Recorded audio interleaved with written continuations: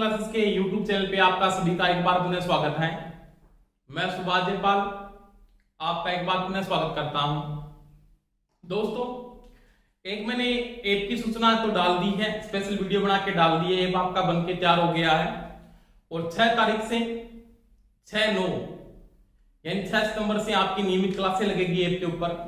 2 घंटे की क्लासें मैं रोजाना डालूंगा वहां पे। तो वहां पे सभी ऐप को डाउनलोड करके, ऐप में जो आपको कोर्स दे रखा है मैंने, वो 1499 रुपए का दिया, वो ऑफर आपको 5 तारीख तक ही है। ये चीज का ध्यान रखना विशेष है। 5 तारीख के बाद अगर कोर्स को आप परचेज करते हो तो आपको 21 रुपए प्रदान देने पड़ेंगे, ये देख लेना। ठीक है दोस्तों, आज जो अपने टॉपिक चल रहा था ना, वो अल्टरनेटर चल रहा था या प्रत्यावर्तक के बारे में बात चल रही थी। इसके बारे में प्रत्यावर्तक,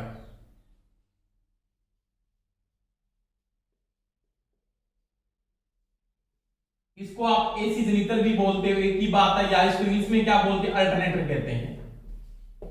ये टॉपिक चल रहा था जिसमें आपकी 3 क्लासेस फाइल कंप्लीट हो चुकी है।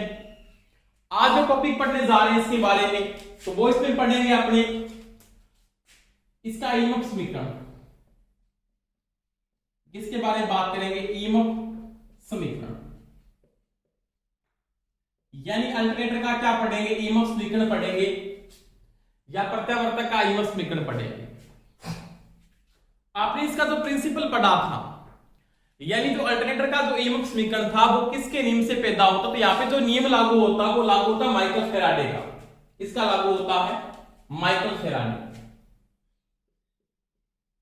माइकल फैराडे का विद्युत चुंबकीय प्रेरक, ये इसका नियम लागू होता है यहां पे। जो आपने किस में लागू किया था, डीसी जनरेटर में लागू किया था, वो यहां पे लागू होगा। और एक सूचना मैं ये भी बता देता हूं सभी को, कल आपका ऐप के ऊपर ही टेस्ट होगा। टेस्ट वो बिल्कुल कल के लिए आपके लिए बिल्कुल फ्री है। तो ऐप डाउनलोड करके मैंने आपको शेड्यूल डाल रखा है ऐप का। ऐप में टेस्ट होगा, कहां पे होगा उसका मैं स्पेशल वीडियो डाल दूंगा, वो देख लेना थोड़ा सा किस प्रकार से आप टेस्ट होगे, कल मैं सुबह डाल दूंगा। ठीक है दोस्तों, ये देखो, इसमें जो नियम लागू होता है वो माइकल फैराडे का नियम लागू होता है। कौन सा लागू होता है? विद्युत चुंबकीय प्रेरण का, इलेक्ट्रोमैग्नेटिक इंडक्शन का। इस नियम के अनुसार माइकल फैराडे का जो नियम बोलता है, वो बोलता E इजिकल टू d∅ बटा में dt, E equal to d∅ बटा में dt। अगर कोई चालक जैसे मेरे पास एक सिंपल सी बात है, ये मेरे पास एक चुंबकीय क्षेत्र है, जैसे यहां पे N पोल बना हुआ है,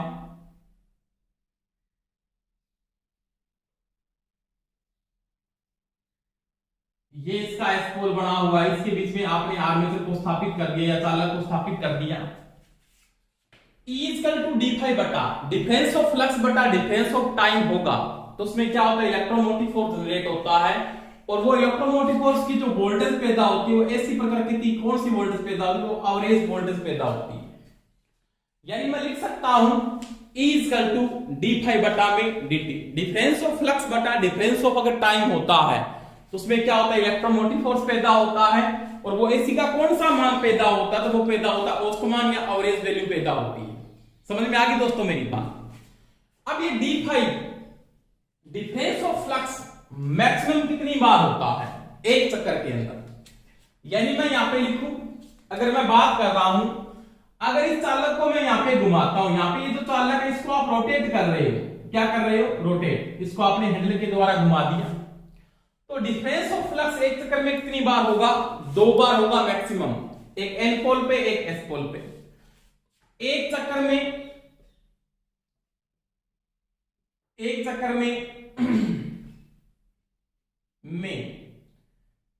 फ्लक्स परिवर्तन या चुंबकीय क्षेत्र में परिवर्तन, फ्लक्स, इसका परिवर्तन फ्लक्स परिवर्तन, यानी फ्लक्स परिवर्तन कितनी बार होगा?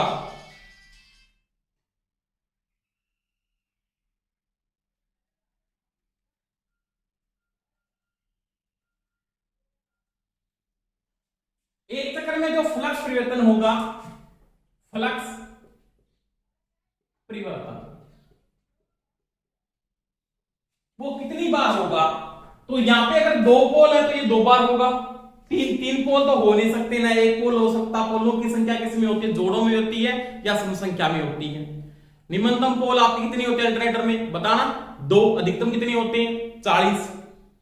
क्योंकि आपका अगर सिलेंड्रिकल है तो 2 से 4 पोल होंगे, अगर वो सेलियन पोल टाइप का तो 6 से 40 पोल होंगे। समझ में आ गई बात? ये मैंने बताया आपको। तो एक चक्कर में जो फ्लक्स का जो परिवर्तन होगा वो कितना होगा? वो होगा P5। कितना होगा? P5। P5 का मतलब इतने पोल है उतनी बार ये आपका फ्लक्स क्या होगा? बदलेगा, यानी क्या होगा? P5 होगा। कितने पोल? हाँ। दूसरी बात, समय, एक चक्कर का समय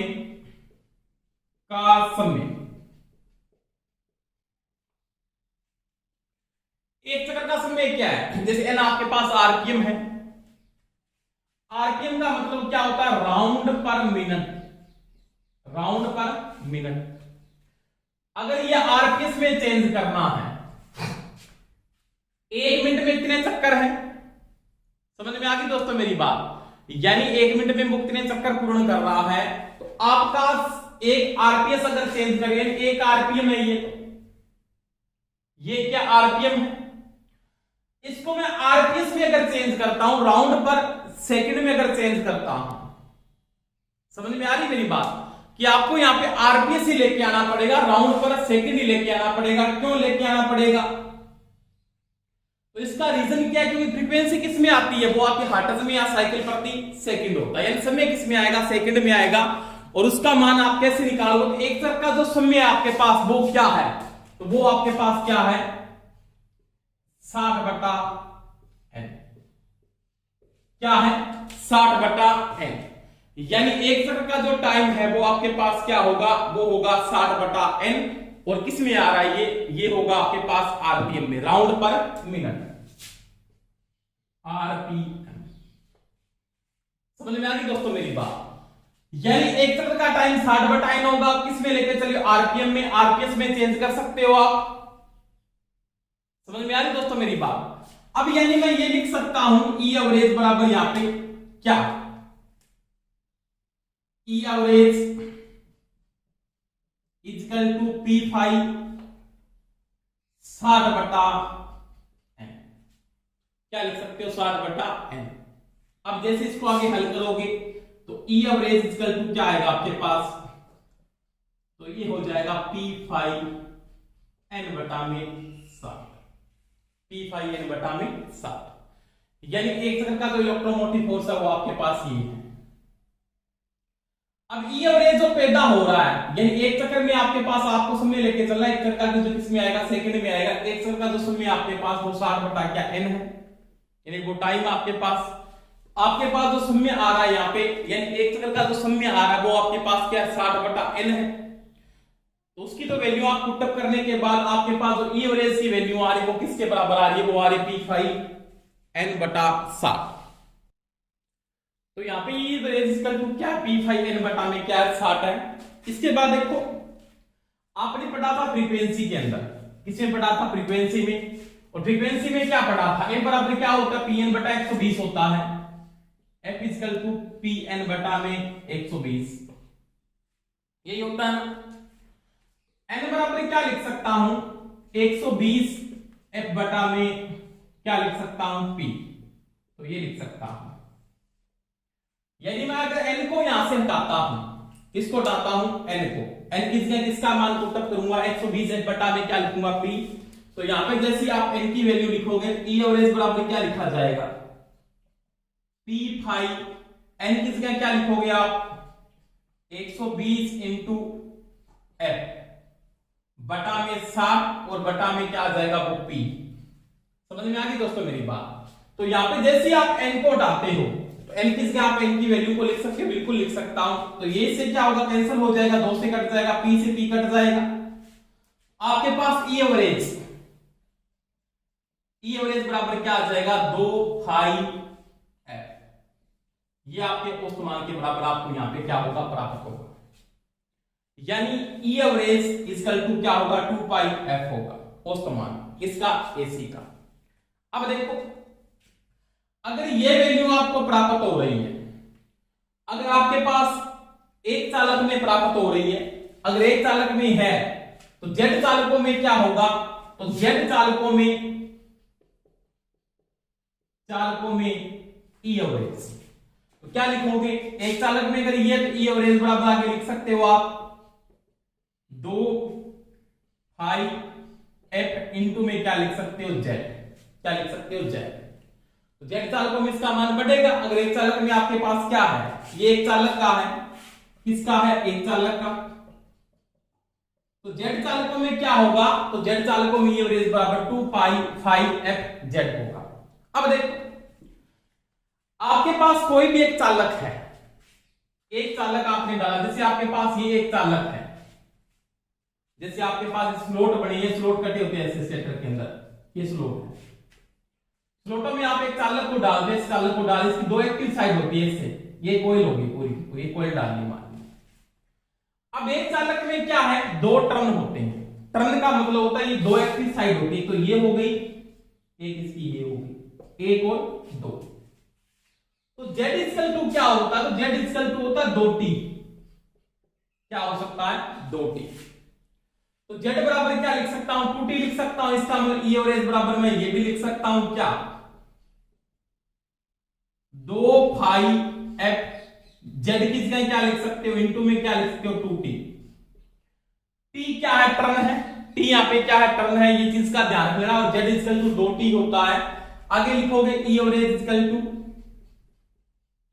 4 पाई FT। तो ये होगा किसके बराबर, E एवरेज बराबर। समझ में आ गई दोस्तों मेरी बात। अब आपको पता है औसत मान तो AC का काम नहीं आता है, का काम आता नहीं आता है, AC का औसत मान काम नहीं आता, तो कौन सा मान काम आता है, AC का कौन सा मान काम आता है, प्रभावी मान काम आता है। तो इसको प्रभावी मान में आप क्या कर सकते हो, कन्वर्ट कर सकते हो, किसमें कन्वर्ट कर सकते हो, प्रभावी मान के अंदर। कैसे, तो जैसे आप इसको प्रभावी मान में कन्वर्ट करते हो, तो आपने पढ़ा होगा फॉर्म फैक्टर, इसको पढ़ा है फॉर्म फैक्टर।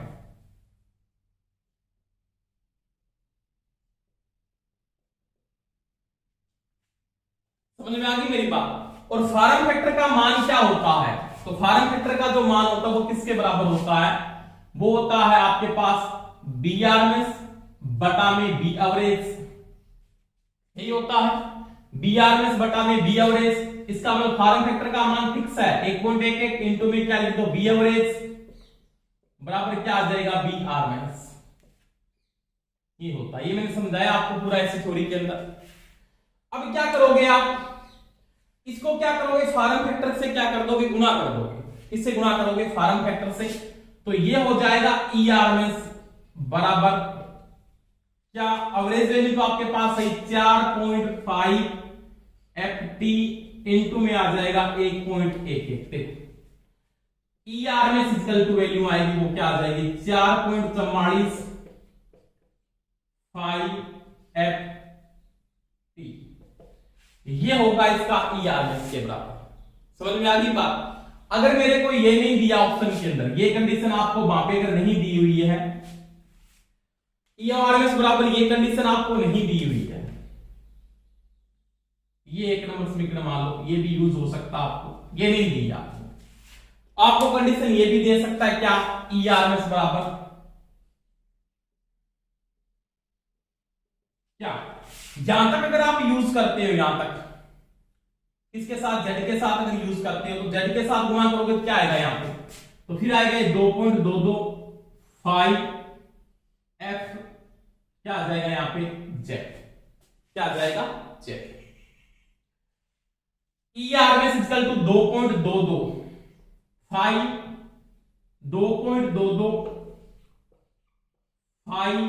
FZ कब आएगा, जब आप क्या करोगे, इसको इसके साथ इस मीटर से हल कर रहे हैं, इसको किससे कर रहे हैं, इस मीटर से हल कर रहे हैं।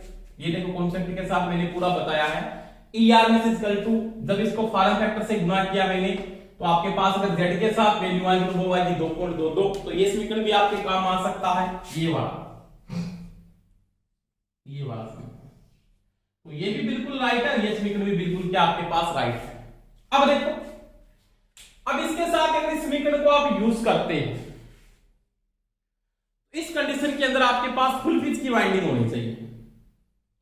अगर इन दोनों समीकरणों को आप यूज कर रहे हो ना, इन दोनों समीकरणों को अगर आप यूज कर रहे हो, तो आपके पास जो वाइंडिंग होनी चाहिए वो पहली बात है फुल पिच की वाइंडिंग होनी चाहिए। कौन सी वाइंडिंग होनी चाहिए? Full pitch. और फुल पिच की वाइंडिंग है तो आप ये लगा सकते हो, तो अल्टरनेटर में कभी फुल पिच की वाइंडिंग नहीं होती। हार्मोनिक्स प्रभाव को दूर करने के लिए, साइन वेव जो विरूपित हो रही है उसको दूर करने के लिए आप क्या करोगे? उसकी वाइंडिंग पिच से उसको गुणा करते हैं। किससे गुणा करते हो? वाइंडिंग पिच से। तो मैं ईआरएमएस को तो मैं वाइंडिंग पिच से गुणा करूंगा। वाइंडिंग पिच क्या है? तो वाइंडिंग पिच पोल पिच और आपके पास जो डिस्ट्रीब्यूशन पिच है उन दोनों का क्या है? गुणनफल है, केपी और केडी। समझ में आ गई दोस्तों मेरी बात? यानी आपके पास एक तो पिच फैक्टर होगा और एक होगा डिस्ट्रीब्यूशन फैक्टर, दोनों का क्या गुणनफल है। तो आपको इसको गुणनफल करना पड़ेगा, क्योंकि आपके पास जो वाइंडिंग की जाती है वो वाइंडिंग कौन सी? शॉर्ट पिच वाइंडिंग होती है। यानी आप अल्टरनेटर में जो अधिकतम वाइंडिंग डालते हो वो कौन सी डालते हो? वो शॉर्ट पिच वाइंडिंग की जाती है। आप कभी फुल पिच की वाइंडिंग वहां पे नहीं करते। कौन सी वाइंडिंग करते हो? Short pitch winding. तो वाइंडिंग में आपके पास अगर शॉर्ट पिच की वाइंडिंग डालने से आपके पास यहां पे आएगी वाइंडिंग पिच को इसके साथ गुणा करना पड़ेगा। अगर वाइंडिंग पिच का मान,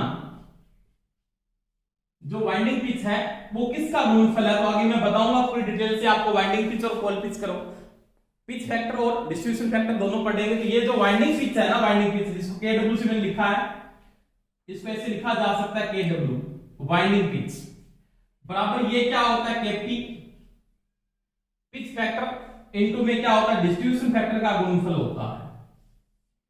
अगर इन दोनों का मान क्या आता है? 1 आता है। क्या आता है? 1। तो आप ये समीकरण लिख सकते हो।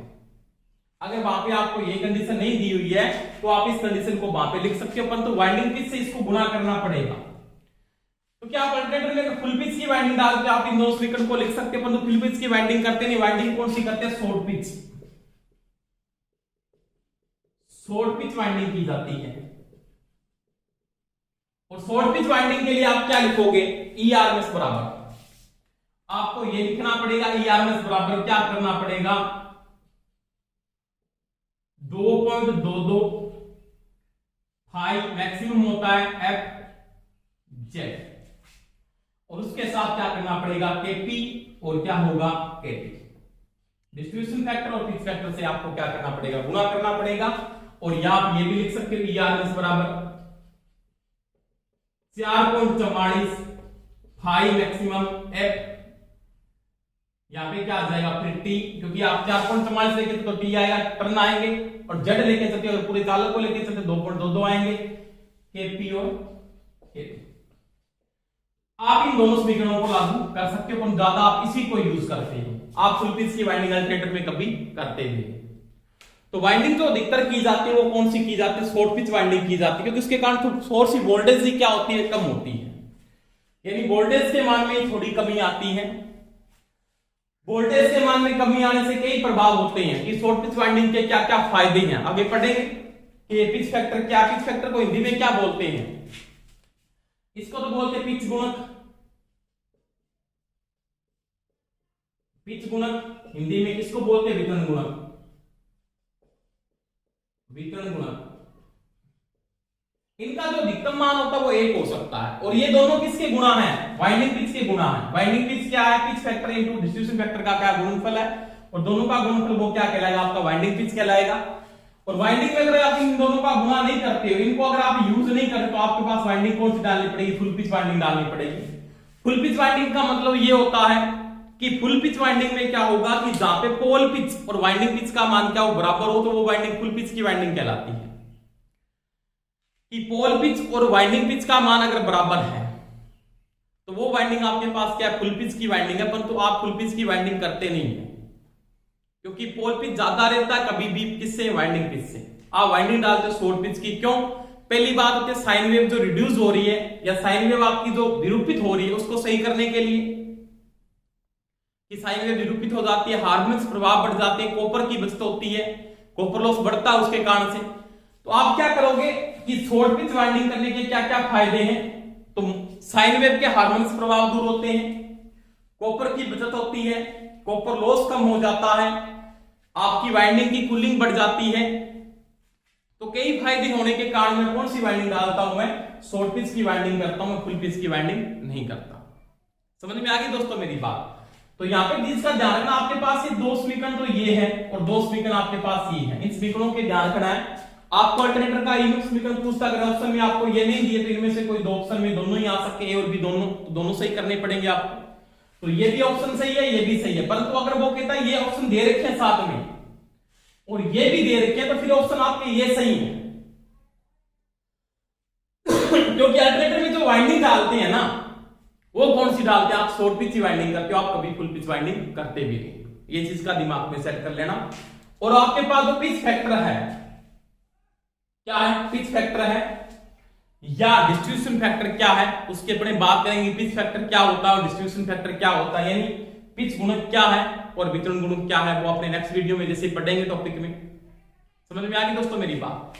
तो ये चीज का ध्यान रखना पूरे कॉन्सेप्ट के साथ कि अल्टरनेटर का जो ईएमएफ समीकरण है वो किसके बराबर है, ई आरएमएस बराबर ये वैल्यू आएगी, ई आरएमएस बराबर ये भी सही है, ऑप्शन में आपको ये दिया हुआ है फुल पिच वाइंडिंग के साथ, तो ये भी सही है और ये भी सही है। अगर अपने प्रश्न में ऐसे पूछ लेता है कि मान लीजिए उसने ऐसे पूछ लिया कि फुल पिच वाइंडिंग के लिए कौन सा समीकरण बिल्कुल आपके लिए राइट है, तो फुल पिच के लिए आप केडी और केपी को नहीं लेके चलते हो, फिर फुल पिच की वाइंडिंग में आप नहीं लेके चलते, अगर लेके चलते उससे कोई प्रभाव नहीं पड़े, फिर दोनों का मान क्या रहता है, एक रहता है। अगर आप शॉर्ट पिच वाइंडिंग करें तो वोल्टेज का मान 0.05 वोल्ट, लगभग इतनी वोल्टेज आपके पास गिरती है, कोई फर्क नहीं पड़ता ज्यादा। तो अधिकतर आप जो वाइंडिंग डालते हो वो कौन सी वाइंडिंग की जाती है, फिर आप वाइंडिंग करते हो शॉर्ट पिच वाइंडिंग। अगर ये चार ऑप्शन आगे, मान लिया ए में ये दे दिया, बी में ये, सी में आपको ये, डी में और कोई दे, सी में ऑप्शन ये दे तो ये सही होगा, डी में अगर ऑप्शन ये दिया नहीं, इसकी जगह कोई और चीज लिखी हुई है मान लिया, तो शॉर्ट पिच वाइंडिंग के लिए ऑप्शन आपका ये सही है, तो ये आप सही करोगे वहां पे, क्योंकि वाइंडिंग ज्यादातर तो यूज की जाती है, अधिकतर जो वाइंडिंग यूज होती है ना, अधिकतर जो वाइंडिंग की जाती है ना वो कौन सी करते हैं, शॉर्ट पिच वाइंडिंग करते हैं। तो ये दोस्तों अल्टरनेटर का कौन सा समीकरण था, ईएमएफ समीकरण, वो किसके अनुसार बनता है, माइकल फैराडे के नियम के अनुसार। कोई समस्या आ रही है तो मेरे को आप कमेंट करके बता भी सकते हैं। ठीक है दोस्तों, इसके बाद अपने जो टॉपिक पढ़ेंगे वो पढ़ेंगे पिच फैक्टर और क्या पढ़ेंगे, डिस्ट्रीब्यूशन फैक्टर। आज के लिए इतना ही सभी को, और मैंने एक बता दिया इसको सभी को कि क्लास आपको अगर अच्छी लगती है तो लाइक जरूर किया करो और सभी को शेयर भी किया करो। Thank you, best of luck, जय हिंद।